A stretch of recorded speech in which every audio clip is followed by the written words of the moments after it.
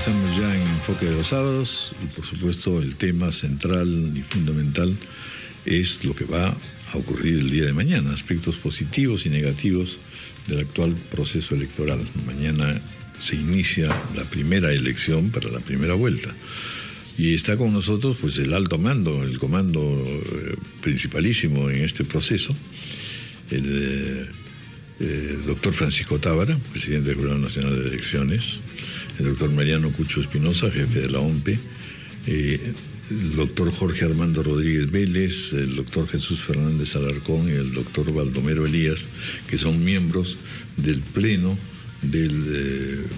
representando a diversas instancias de la sociedad de la Junta de Fiscales Supremos. Bienvenidos, señores, gracias por estar con nosotros y vamos a iniciar, por supuesto, la conversación sobre esta importancia de estas elecciones, pero lo que preocupa a todos y naturalmente ustedes también han no solamente advertido, sino sufrido y teniendo que responder y contestar a muchos de los cargos, porque en general los problemas que se han presentado, empezando por el número de candidatos, en realidad tienen toda una normativa, tienen todo un proceso, tienen un desarrollo anterior ya muy complejo, del cual también ha habido mención, ¿no es cierto? Es decir, estas divergencias entre lo que se proponía desde organismos especializados y el propio Jurado Nacional de Elecciones ante el Congreso que tenía su propia lógica y sus propios intereses partidarios, el tiempo para discutir que no fue el mejor porque estamos terminando un régimen y empezando otro, hasta que después hemos tenido una serie de otras circunstancias que han llevado no solo pues a estos juicios ligeros y a preocupación de la ciudadanía, sino también a la necesidad que los organismos electorales, las autoridades del Jurado Nacional de Elecciones tengan que pronunciarse continuamente como lo han hecho. Doctor Francisco Tábara Córdoba, gracias por estar con nosotros y lo primero que le plantearía es eso, es decir, denos usted un relato de cómo ha vivido todas estas dificultades y cómo en definitiva se ha ido, por supuesto, superando muchos de ellos y en todo caso sí se ha logrado al final de cuentas pues una legitimidad que sin embargo algunos candidatos que a todas luces van a perder y están empezando a plantear que hay ciertas cosas raras, que todo ha sido un favoritismo, ¿no? Es decir, son pésimos perdedores y algunos de ellos incluso expresidentes. Así que la cosa resulta siendo verdaderamente un escándalo para la ciudadanía. Si nosotros en general los peruanos estamos normalmente desanimados con respecto a los procesos electorales, este proceso ha sido el más terrible que nos ha ocurrido. Así que lo felicito por su trabajo, pero además no se lo envidio. Sí, muy buenos días, apreciado Raúl, y a través suyo a la ciudadanía de Lima y del pueblo peruano. En efecto, ha sido un trabajo intenso, ha demandado bastante esfuerzo por parte del Pleno del Jurado Nacional de Elecciones, los jurados electorales especiales, OMPE, RENIEC, etcétera. Nosotros propusimos una reforma electoral, comenzando a poner un ejemplo, ¿no? El plazo de convocatoria para elecciones regionales y municipales es de 240 días y el plazo de elecciones para convocatoria de elecciones generales es solamente de 120 a 150 días. Esto se propuso en 2011, ampliarlo a 210 días. Las elecciones más relevantes, más trascendentes, obviamente son las elecciones regionales, sin dejar ser muy importantes las elecciones regionales y municipales. Luego propusimos iniciativas legislativas orientadas a mejorar, a fortalecer los partidos políticos. Llevamos al Congreso de la República con OMPE, con RENIEC, por primera vez en la historia del Perú, llevar una propuesta de ley rigurosamente trabajada, un proyecto de nueva ley de partidos políticos. Se trabajó con el Consejo de la Prensa Peruana, la Defensoría del Pueblo, etcétera, etcétera, este proyecto de reforma. Lo fundamental de esta propuesta de ley de partidos políticos es fortalecerlos, trabajar el tema de democracia interna, un militante, un voto, que haya elecciones simultáneas de todos los partidos políticos con participación de los organismos del sistema electoral. RENIEC aprobaba el padrón, OMPE llevaba a cabo el proceso electoral y el jurado fiscalizaba y impartía justicia electoral. Esto no se aprobó. Eso hubiese permitido también llevar a la eliminación del voto preferencial. Y el otro tema fundamental, el tema de financiamiento, de control de las campañas, que recogimos ahí en ese proyecto de ley, la iniciativa que nos alcanzó OMPE, que es el organismo competente para este tema. Hacer realidad el financiamiento público-privado directo, que hasta ahora está en la ley de 2003 y hasta ahora no se cumple, y que coexista con el financiamiento privado. Pero la finalidad de esa regulación era evitar la filtración de dinero sucio proveniente del narcotráfico, lavado de activos, etcétera, etcétera, a la política. Y con una infracción, un catálogo de infracciones y de sanciones rigurosamente trabajado. Eso tampoco son unos temas fundamentales que no se aprobaron. Y la verdad, hay que decirlo ahorita, si se hubiese aprobado esa norma en lo que es democracia interna, hubiésemos evitado los problemas que hemos afrontado y superado en el Pleno del Jurado Nacional de Elecciones. Y el tema que ha traído las mayores incidencias, y este velo, este manto de a veces de que alguien ha dicho hasta que son elecciones atípicas, que yo no comparto, las incidencias más graves las trajo esta ley defectuosa, inoportuna, la ley 3414. Esta ley que modifica la ley de partidos políticos e introduce una infracción que trae como consecuencia 2 sanciones, una pecuniaria a la organización política de una multa de 100 UITs y la sanción más drástica al candidato de la exclusión. Esto vino ya después de 2 meses de convocado el proceso electoral, en un contexto también que era difícil afrontarlo el Jurado Nacional de Elecciones, y de acuerdo al mandato constitucional había que aplicar esta ley. Y todas las incidencias que hemos tenido son esas. Y la presunta incertidumbre que se dice es consecuencia de esta ley. Una ley, yo diría, irresponsable. Es más, la iniciativa legislativa de esta ley que se presentó el 12 de septiembre de 2015, presentada por el congresista Jaime Delgado Segarra, es totalmente diferente.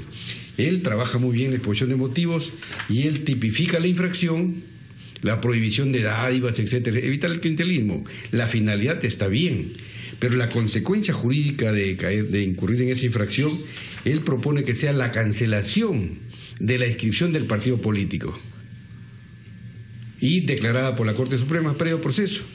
Y esto en la dinámica del Congreso, en 15 días se transforma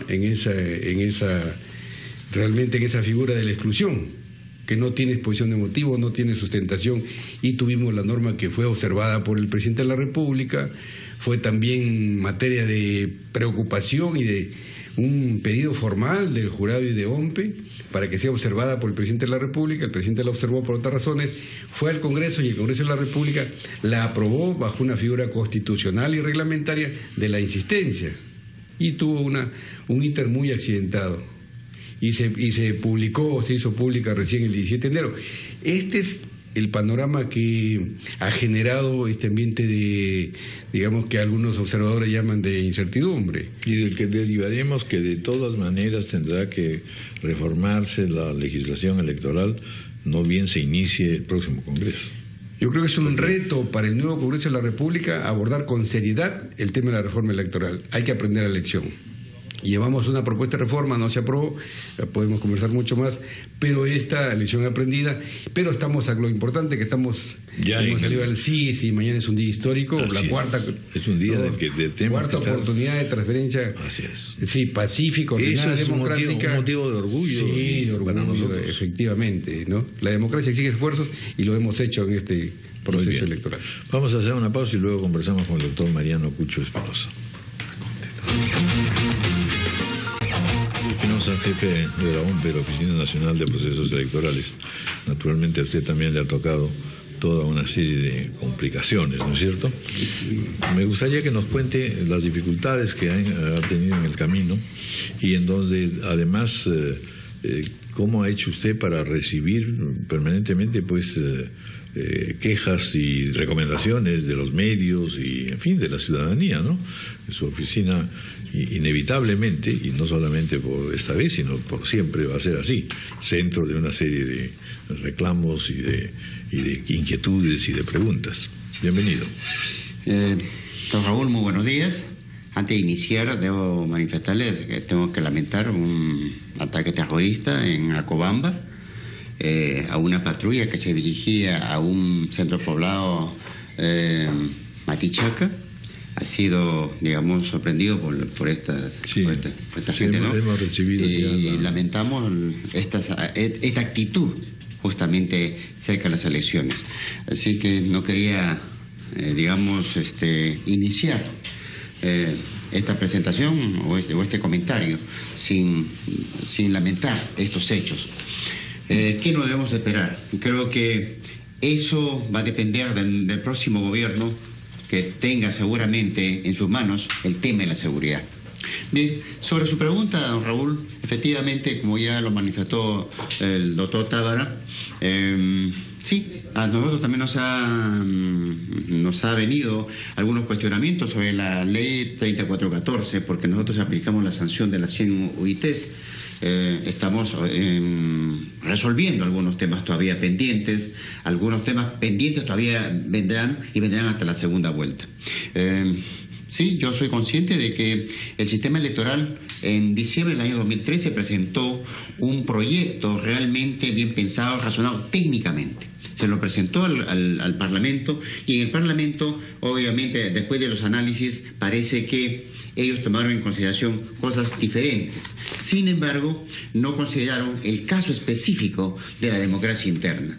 La democracia interna fue un papel importante en la democracia de los partidos políticos, porque ellos podían elegir al mejor de la clase. Si hablamos un tema de benchmarking, al mejor de la clase de cada uno de los partidos políticos. Y creo que eso también fortalecería el partido político. Y otro tema era el financiamiento público. Siempre lo manifestamos, que una organización tiene que tener financiamiento, tiene que tener ingresos para poder capacitarse, para poder conocer, para poder evaluar, para poder presentar, estudiar el comportamiento en el país y presentar alternativas de solución que sean competentes. Lamentablemente eso no se dio.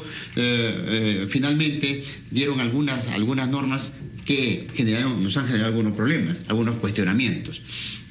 Y en esos cuestionamientos, pues, también el sistema electoral se ha visto empañado.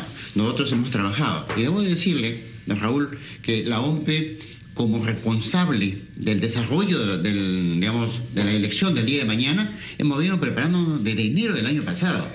Desde agosto le voy a decir que hemos visitado colegio por colegio, para poder decir a nuestros electores, que van a ir más de los 22 millones, recibirlos, para que sea una fiesta democrática. Y tenemos preparado todo el material, debo decirle también, todo el material ya están desplegándose en este momento en los locales de votación, a los que faltan, y a los que estaban muy alejados ya han sido distribuidos desde la semana pasada y desde el día de ayer. En estos locales de Acobamba fueron ya los materiales, estuvieron desde el día de ayer en los colegios, en los locales de votación. Y esperamos el día de mañana tener, pues, realmente una verdadera fiesta democrática, y a los electores un voto bien pensado, razonado. Una de las preocupaciones que han surgido y debate, y además ha habido un cambio allí en la norma, es la instalación y expansión del voto electrónico.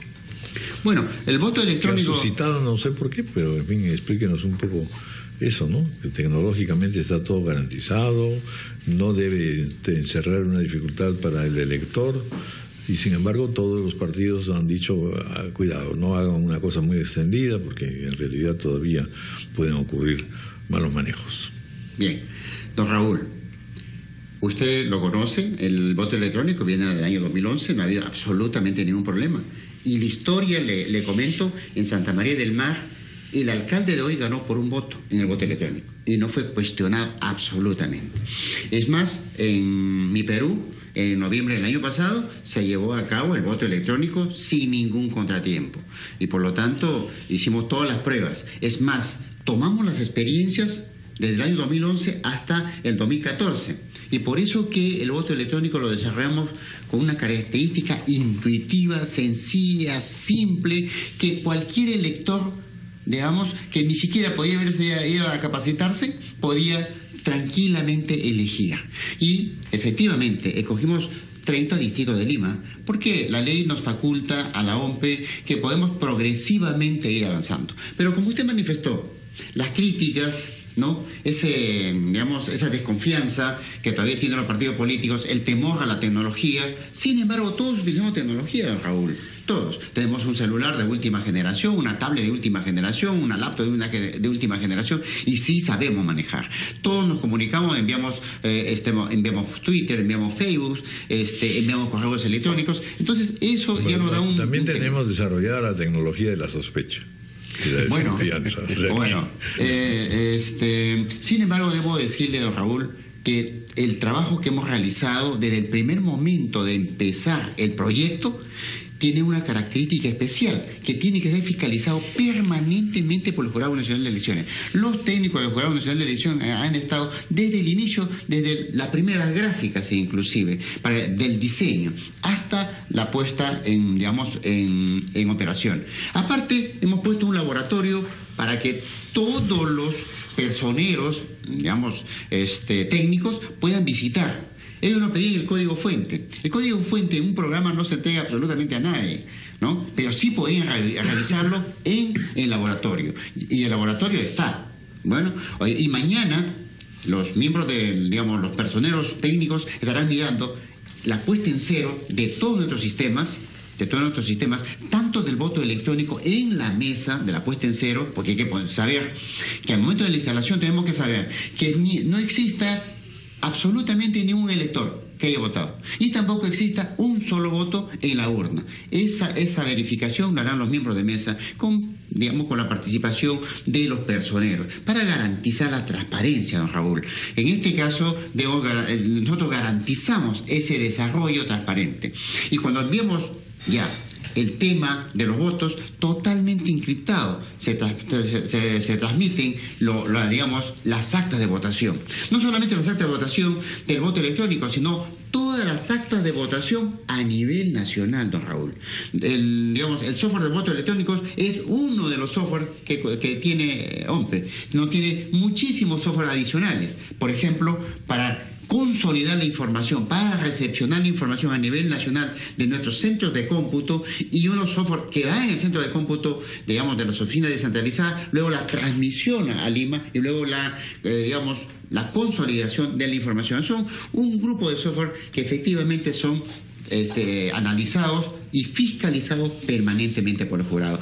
Quiero decirle a los 740.000 electores que van a ir a votar con el voto electrónico en 19 distritos, seguramente que lo van a hacer mucho más rápido, mucho más sencillo. Y hay una ventaja, inclusive.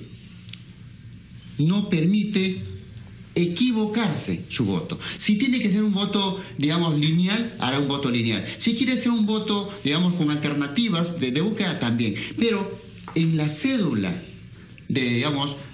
para el voto preferencial, tanto congresal como para el Parlamento andino, no habrá forma de equivocarse. Porque en una cédula normal, para simular, para dar un dato, de un voto preferencial, quiero votar por el número 45. Escribo el 4 y el 5. Entonces, no le he dado mi voto preferencial al 45, sino le he dado voto preferencial al 4 y al 5. En el voto electrónico eso no es posible, porque el número 45 estará escrito, ¿no? Esa es la facilidad. Y esa es también la seguridad del voto. La seguridad y la rapidez también. Y la rapidez. Y además, don Raúl, quiero manifestarles, y eso lo conversamos con el Jurado Nacional de Elecciones. Algunos decían, ¿por qué no se hace la verificación? Señor, la verificación está establecida en nuestra norma, que será una verificación aleatoria. También. Y si el personero desea que se haga la verificación, se va a hacer la verificación, para que todos los partidos políticos estén contentos, satisfechos, porque nosotros creemos que ellos son, de alguna manera, serán los que irán a administrar por 5 años la economía de nuestro país. Muy bien. Vamos a entrar ahora un poco a dos instancias que también forman parte del problema. Se ha hablado no solo del protagonismo de los miembros del Pleno del Jurado Nacional de Elecciones, sino de la mesa directiva, y también se ha señalado que han habido allí una serie de inconvenientes que se han reflejado de hecho en la votación. Unos opinaban de un modo, otros de otro. Se ha insistido mucho en un exceso de protagonismo, del cual incluso yo he mencionado algunas veces, porque es una línea muy compleja en la que se está, entre la entidad la más alta autoridad del Jurado Nacional de Elecciones y las normas legales y que el público entienda todo eso, porque aquí estamos en un terreno en el que lo jurídico es mucho más complejo que lo que se necesita tranquilizar a la población, que a su vez tienen las opiniones de los políticos, que siempre están muy nerviosos, siempre van a estar nerviosos hasta que no ganen, digamos, ¿no es cierto? Entonces, a ver, ¿y qué opina, por ejemplo, el doctor Jorge Armando Rodríguez Vélez, miembro del Pleno electo, decano de la facultad, decano de la facultad? Sí. Muy buenos días, un saludo para todos, que nos sigan a través de las plataformas de RPP, televisión, radio e internet. Fíjese, nosotros somos un organismo colegiado, y como organismo colegiado, cuando llega un caso, se discute, cada uno fija sus posiciones y se toma una decisión. No es fácil, obviamente, adoptar una decisión que pueda satisfacer a todos. Bien lo ha hecho el presidente, compartimos esa misma idea. Los magistrados, ya sea en este caso nosotros que impartimos justicia electoral, emitimos nuestros votos no pensando en el aplauso, sino evaluando, considerando, compulsando las pruebas que puedan haber en el expediente, luego de escuchar también, obviamente, a las partes, porque nuestro sistema, para todas las causas, hay la posibilidad de que los abogados puedan hacer su defensa oral en las audiencias respectivas. Hasta ahora, ayer hemos tenido, por ejemplo, 10, 12 casos, ¿no? Sí, pues es la de nunca acabar. Los observadores, por ejemplo, nos dicen, oye, ¿cómo puede ser posible que a 48 horas ustedes sigan resolviendo? No, eso no pasa en otras partes del mundo. Eso ya será pues materia de la reforma electoral que urge, pero esa es la situación. Entonces, nosotros como funcionarios públicos, como autoridades electorales, siempre estamos y estaremos, como todos, sujetos al escrutinio de la prensa, de los abogados, que cuando obviamente la resolución no les favorece, no solo nos criticarán, porque la crítica, yo asumo, por dura, por áspera, es válida, y hay que asumirla y hay que analizarla, pero a veces esa crítica también ha pasado a niveles no aceptables, es decir, del ataque, de la ofensa, ¿no? Pero en fin, estamos sometidos a todo ello. De manera tal... Bueno, pero también están sometidos a presiones, porque por ejemplo, si yo soy decano de la Facultad de Derecho y ustedes me representan en tanto que elegido por ellos, las facultades, y yo digo, voy a hablarle por lo bajo pues para que me ayude, porque mi primo está candidato, ¿no? Es decir, por eso es interesante tener aquí justamente a representantes de otras instituciones, porque ahí va a haber pedidos, filtros inevitables, humanos. Claro, lo que pasa, don Raúl, usted lo ha hecho muy bien. Lamentablemente en nuestro país opera mucho la cultura de la sospecha. Nosotros, por ley, no tenemos la posibilidad, digamos, cuando hay un pedido de abstención, de que pueda subir un suplente, como acontece, por ejemplo, en la Corte Suprema.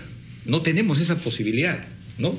Puede ser un motivo también de la reforma, que cuando uno quiera, digamos, abstenerse por decoro, o haya un planteamiento por alguna duda que se tenga sobre la imparcialidad del juez electoral, se permita que el suplente 1 o el suplente 2 pueda estar en ese. No tenemos esa posibilidad, don Raúl. El año próximo pasado tuvimos un miembro que hoy día no ha venido, que estuvo delicado de salud, una enfermedad fuerte, casi como 6, 7 meses. Entonces rogábamos a Dios, porque aquí todos somos creyentes, de no enfermarnos alguno de nosotros. Además, ¿por qué? Porque con 3 miembros no opera el jurado, mínimo tiene que tener 4. Entonces son circunstancias que también tienen que evaluarse, ¿no? Y creo que la reforma electoral también debe contemplar ese caso. Y algo más para concluir, si me permite. Este tema de incertidumbre, este tema obviamente que hace que la ciudadanía se canse, se pueda hastiar, digamos, de esta inseguridad aparente que se puede mostrar, tiene que ir acompañada, creo yo, con este Congreso y no esperar al otro, de incluir o dictar normas como por ejemplo tiene la legislación ecuatoriana, inclusive con rango constitucional. Se señala que queda prohibida toda reforma electoral un año antes de las elecciones. Eso me parece candado. Mínimamente ¿correcto? Lógico. Y además los plazos. o podemos unificar, podemos ir a 240 también para las elecciones generales y regionales, municipales, ¿no? Y las congresales, o podríamos ampliar a 300 días para ambas. Creo que podría ser una buena medida. Y además, que faltando las inscripciones se realicen 3 meses antes de las elecciones y 2 meses antes termine todo el proceso de tachas, exclusiones, a los efectos de que los candidatos y los partidos tengan cuando menos 60 días para exponer sus ideas, para confrontar sus planes de gobierno, y la ciudadanía y la prensa pueda hacer el seguimiento de ellas y no llegar al día penúltimo para todavía seguir resolviendo incidencias. Vamos a hacer una pausa, son las 9:34.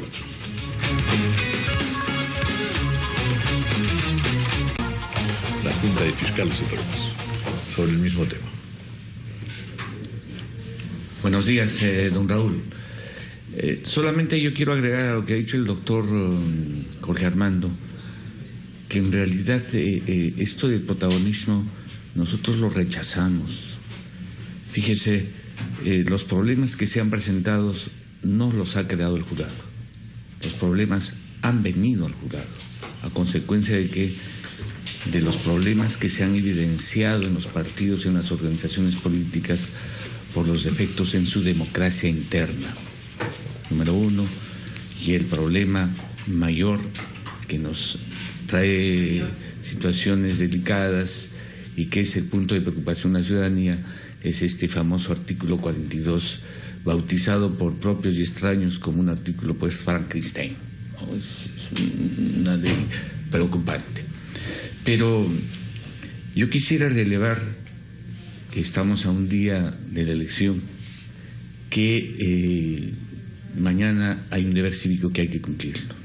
La democracia nos está dando la oportunidad de que por 4ª vez consecutiva podamos renovar con nuestra decisión, con nuestro voto, quienes van a regir los destinos del país, lo que no ha ocurrido en 100 años aproximadamente.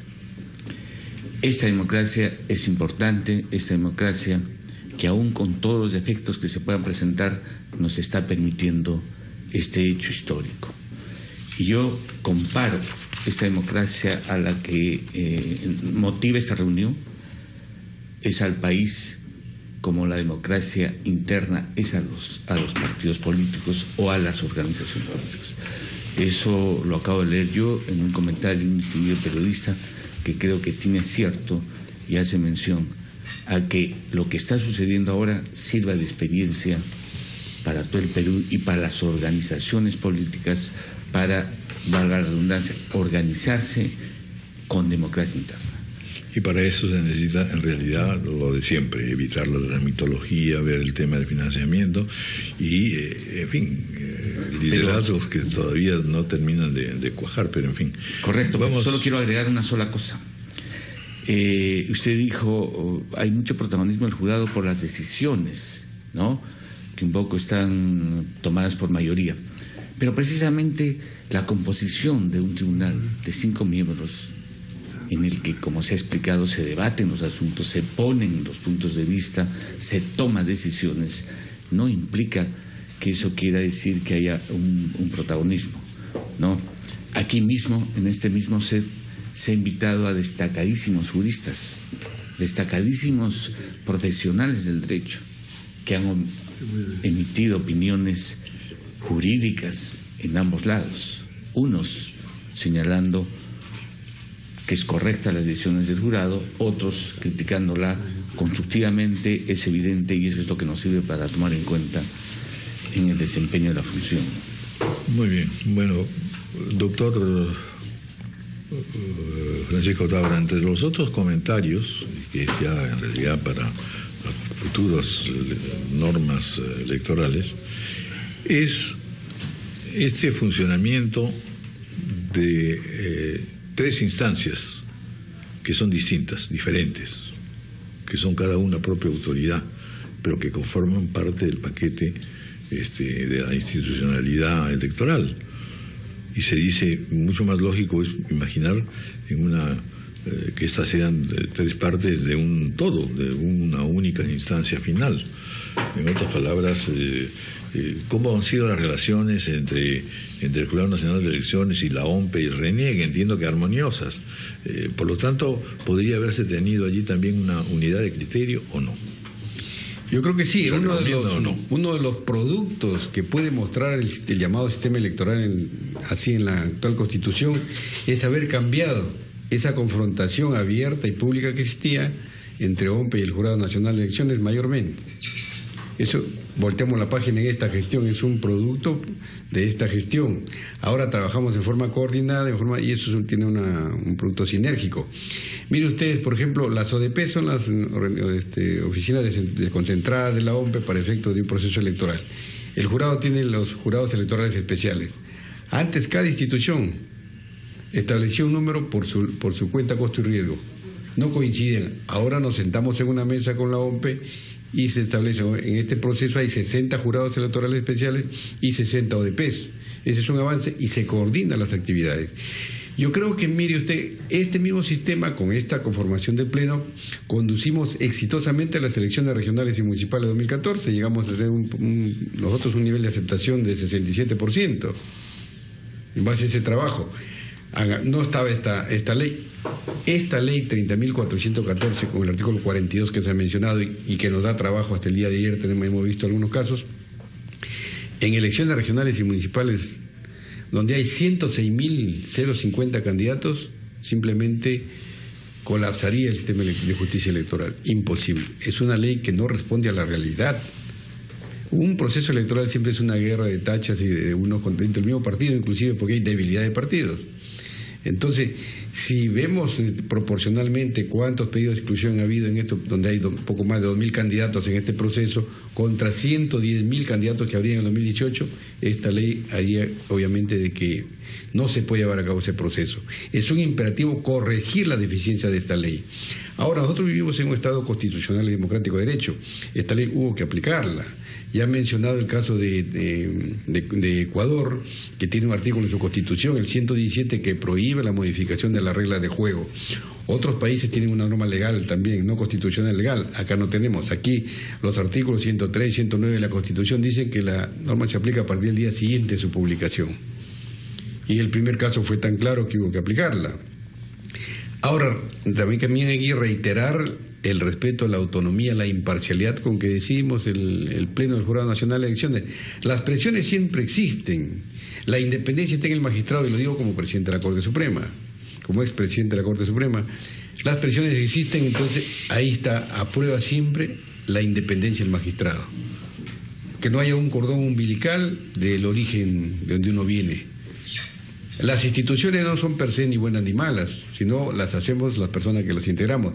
Yo creo que el Pleno del Jurado Nacional de Elecciones ha cumplido el reto de este proceso difícil por estas incidencias de esta ley defectuosa y este Frankenstein que efectivamente se creó.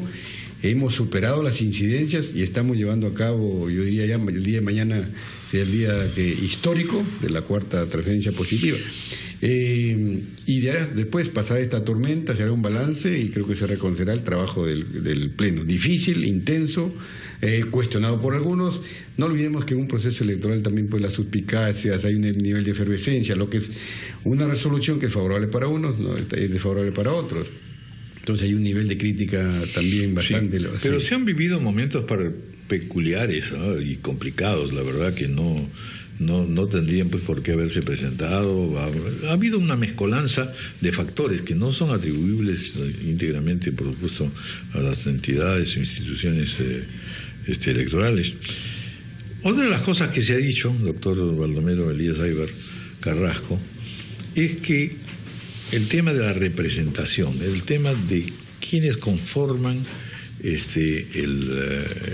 la Junta de Fiscales Supremos, etcétera, y si en este pleno del Jurado Nacional de Elecciones pudiera o ampliarse o buscar otro tipo de representación. Claro, frente a eso se ha dicho, oye, pero si existan representantes de las universidades, de colegios de abogados, etcétera. No hay un representante del elector, o sí lo hay. ¿No debiera considerarse que también la sociedad misma debería nombrar a alguien que no sea solamente de la esfera jurídica y de la esfera de funcionarios pues del poder electoral, que vienen además de la institucionalidad judicial. ¿Qué piensa usted? Gracias, don Raúl, por la invitación. Muy buenos días. En primer lugar, debo señalar que la conformación del Jurado Nacional de Elecciones garantiza la total independencia y autonomía en sus decisiones. Y es visto como modelo en los países de la región. ¿Por qué sostenemos esta independencia en sus decisiones? Porque sus integrantes son designados primero por la Sala Plena de la Corte Suprema de Justicia de la República y por mandato constitucional es quien la preside, en este caso el doctor Francisco Tábara. El segundo integrante es designado, elegido por la Junta de Fiscales Supremos. El tercer integrante es elegido por las facultades de Derecho de las universidades públicas entre sus exdecanos. Y el cuarto representante es elegido también por las universidades privadas, facultades de Derecho entre sus exdecanos. En este caso, el quinto miembro sería elegido por el Colegio de Abogados de Lima en una elección democrática. Pero ve usted que todo es un terreno jurídico. Sí. Es decir, estamos solamente entre abogados, fiscales y juristas. Claro, pero ¿qué hacemos con el resto de la población civil que, como en mi caso, entiende la mitad del derecho, por ejemplo? O sea, se necesita que haya un poco más de noción de flexibilidad, de oídos a lo que se está moviendo en la gente, en las instituciones de base. Don Raúl, fíjese, en primer lugar, antes de señalar la representación de la ciudadanía, quisiera decir como el Pleno del Jurado Nacional de Elecciones es autónomo e independiente por mandato constitucional. No hay ningún tipo de interferencia o injerencia del Poder Ejecutivo, del Poder Legislativo, también de los partidos políticos. Ahora, el Jurado Nacional de Elecciones, en cuanto a la administración de justicia electoral, hay dos instancias. La primera instancia son los jurados electorales especiales, integrados por 3 miembros. Uno de ellos es elegido en la Sala Plena de los vocales superiores de las diferentes circunscripciones electorales. Asimismo, el segundo representante es elegido entre los representantes del Ministerio Público, entre los fiscales superiores. Pero aquí viene algo interesante. El tercer miembro es justamente representa a los ciudadanos. ¿Y cómo se elige aleatoriamente? Primero, RENIEC entre los ciudadanos que tienen cierto conocimiento, cierto nivel de educación, y luego remite al Jurado Nacional de Elecciones y en una audiencia pública transmitido en directo se elige al ciudadano que integra el Jurado Electoral Especial, es decir, los ciudadanos están representados en primera instancia. Vamos a hacer una pausa y ahora sí entramos más bien a algunos detalles, en fin, que nos permitan orientarnos mejor acerca del día de mañana, que hay una serie de actividades y supongo que, como nos lo han señalado, pues han previsto una serie de pasos. De todas maneras, siempre se presentan algunos incidentes, sí, y eso también hay que saber qué medidas de prevención se han tomado o son necesarias. Hacemos una pausa, son las 9:49. Muy bien, entonces vamos a los detalles, don Francisco Tábara. ¿Todo está en regla? ¿Se han cumplido los plazos? Sí. Creo que la democracia exige esfuerzos. Y el sistema electoral, en este caso OMPE y el Jurado Nacional de Elecciones y RENIEC, han estado a la altura de las circunstancias, y mañana será una jornada, o esperamos que sea una jornada democrática, que de temprana hora concurran los ciudadanos que son miembros de mesa, luego concurran masivamente de manera pacífica a emitir su voto. Y darle la certeza al pueblo peruano, ratificarle que los resultados que se proclamen no van a ser más que el fiel reflejo de la voluntad ciudadana expresada en las urnas. Ha habido bastante esfuerzo y hay que defender la democracia. La democracia que estamos construyendo poco a poco en estos 196 años de vida republicana ha tenido sus altibajos, pero digo, hay que seguir luchando por consolidarla, por defenderla. Y eso hemos dado, creo, aquí la cuota de esfuerzo necesaria. De acuerdo, y eso creo que se les ha reconocido. Digamos, entre que la culminación de la votación de mañana ¿cuándo se conocerán el ritmo o la frecuencia para conocer los datos? No últimos, porque ahí también tenemos por lo menos los votos del extranjero, ¿no es cierto? Que son sí, un número que es un tema 3%. Imagínese usted casi que 1 millón. pueden cambiar mucho ¿no? A ver. Yo creo que yo siempre apoyo lo que yo le llamo la modernización del voto, del derecho de sufragio, y apoyo el voto electrónico. El voto electrónico por mandato legal está bajo la conducción de la Oficina Nacional de Procesos Electorales. Las 2 leyes que regulan el sistema del voto electrónico inciden que la implementación gradual y progresiva de este sistema de votación electrónica, presencial o no presencial, es competencia de la Oficina Nacional de Procesos Electorales, y le damos todo el apoyo para que Mariano y su equipo decidan. Obviamente aquí se ha reducido de 3 millones a 700.000 ciudadanos, pero yo quiero recordar aquí que fue un éxito también la última votación que hubo en el distrito Mi Perú, que es un asentamiento humano, un distrito ya convertido en distrito, donde votaron más de 19.000 ciudadanos y no hubo tampoco ningún reclamo.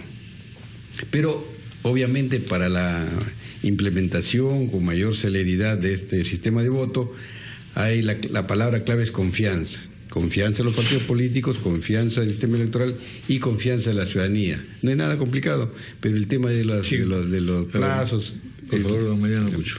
Bien, en cuanto se refiere a los plazos para la presentación de los resultados, Raúl, nosotros estamos preparados para que entre las 9 de la noche del día de mañana nosotros estaremos ya, digamos, reportando a un 20 o 30% de las actas escrutadas a nivel nacional. Por ello, una recomendación en el tema de la boca de urna. Se tiene que tomar con mucha cautela, porque la boca de urna nos generó algunos problemas en el distrito de San Isidro el año 2014 y en el distrito de San Martín de Porres. Ellos dieron como ganador principal a una agrupación política cuando todavía no se habían contabilizado los votos. Por lo tanto, hay que tomar con mucho cuidado. Y creo que la participación del día de mañana es importante, porque en caso contrario, todos aquellos que no quisieran que se lleve bien a cabo las elecciones, ya como usted lo manifestó, Raúl, son aquellos que de alguna manera ya estarían perdiendo. Yo quiero hacer una mención en ello. Los miembros de mesa son la autoridad máxima el día de mañana. Nadie por encima de ellos puede tomar una decisión. Por lo tanto, a ellos están empoderados, están capacitados para administrar justicia en ese momento. Ningún personero, ninguna persona puede querer alterar. Y por ello hemos pedido la participación a la Fiscalía de la Nación y que se aplique el delito de flagrancia dentro del salón, dentro del local de votación o fuera del local de votación, porque creo que nuestra democracia, que es joven, no podemos darnos el lujo de permitir que alguien desea empañar nuestra democracia. Por ello, la participación del Ministerio Público será importantísimo. Y también a nuestros electores. Dentro del local de votación estarán resguardados por las Fuerzas Armadas y fuera del local de votación por la Policía Nacional. Hay más de un contingente, más de 50.000 policías y más de 54.000 miembros de las Fuerzas Armadas que están resguardando. Ellos ya tienen un nivel de contingencia también para actos que puedan, digamos, que no hayan o sean reñidos. El día de mañana estarán actuando en forma permanente. Muy bien. Bueno, ahora sí, ya estamos con los...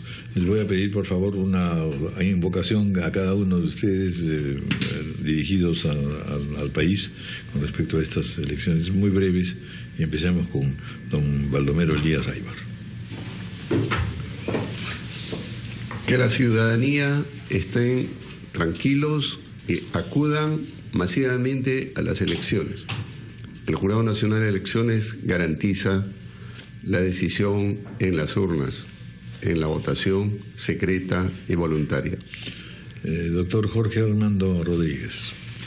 Bueno, don Raúl, la invocación es que mañana sea una verdadera fiesta democrática, que la ciudadanía vaya a expresar su voluntad en las urnas y al final de la jornada que gane el país.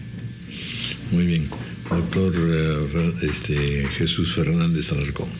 Bueno, el llamado sería, primero, que el jurado va a dar cumplimiento a esta sagrada función de que lo que se exprese en la urna hay que respetarlo.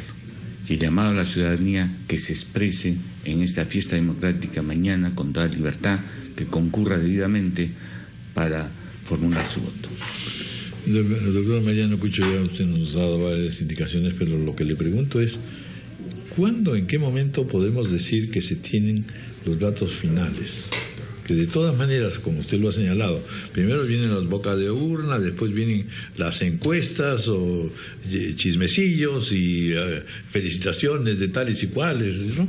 Se adelantan todos a los acontecimientos. ¿Cuándo tendremos ese 20%? No nos dice casi nada todavía, a las 9 de la noche. A las 9 de la noche. El día siguiente, don Raúl, el día lunes, nosotros tendremos la cifra definitiva, porque el día lunes ya habrían llegado de todos los lugares. ¿Incluso del exterior? Del exterior, una parte de los más cercanos están llegando de madrugada, de los más lejanos deben estar llegando el lunes por la tarde, don Raúl. Y creo que ahí vamos a contabilizar los votos, y luego de contabilizar los votos, algunas actas serán observadas, pasarán al Jurado Nacional de Elecciones, y luego de esa... Pero el día lunes estarán todas las actas procesadas, don Raúl. Eso o sea, sí, el día de mañana no nos adelantemos al acontecimiento. El acontecimiento es votar, y que las elecciones sean de naturaleza, por supuesto, pacífica y plenamente confiable. Y quizá a la mañana del día siguiente es que tengamos ya una visión más clara, porque claro, ganas de celebrar tiene que haber de todas maneras, ¿no? ¿Es así? Efectivamente, don Raúl. Yo, para el día de mañana, la recomendación a los más de 22 millones de peruanos que van a elegir, que somos responsables de este cuarto acto democrático, que vayan con el voto bien pensado, un voto razonable y un voto consciente, porque somos responsables de mantener el tema de democracia. Y una recomendación para aquellos que van a hacer un voto manual, que por favor marquen con una aspa o una cruz en el logo o en la fotografía de su candidato, ¿no? Marquen bien. La intersección del aspa o de la cruz tiene que estar dentro del recuadro. Eso tiene que estar muy presente. Yo solamente quisiera mostrar algo aquí a don Raúl. Hemos dado una muestra y le damos en la cédula. En la cédula le marcamos. Yeah. ¿Cómo tiene que marcar? Dentro del recuadro, ¿no? Esta es la cédula que mañana estará en las mesas. En todas las mesas. Muy bien. Don Francisco Tábara Córdoba. Sí. Te repito la misión. Dirigí un saludo afectuoso a la presencia de las misiones de observación electoral, que son numerosas, de la Unión Europea, de OEA, de UNASUR, que es una buena práctica en todos los procesos electorales.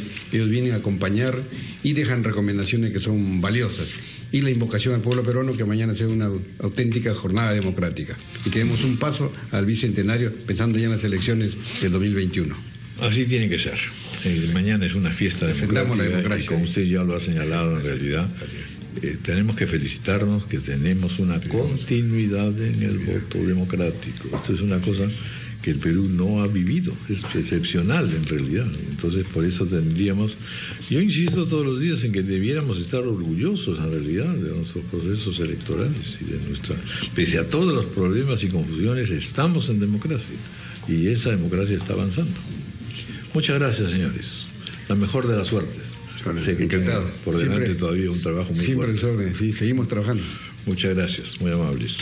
Son las 10 en punto de la mañana, nos vamos y viene Diálogos de Fe, que como sabemos nos tranquiliza un poco.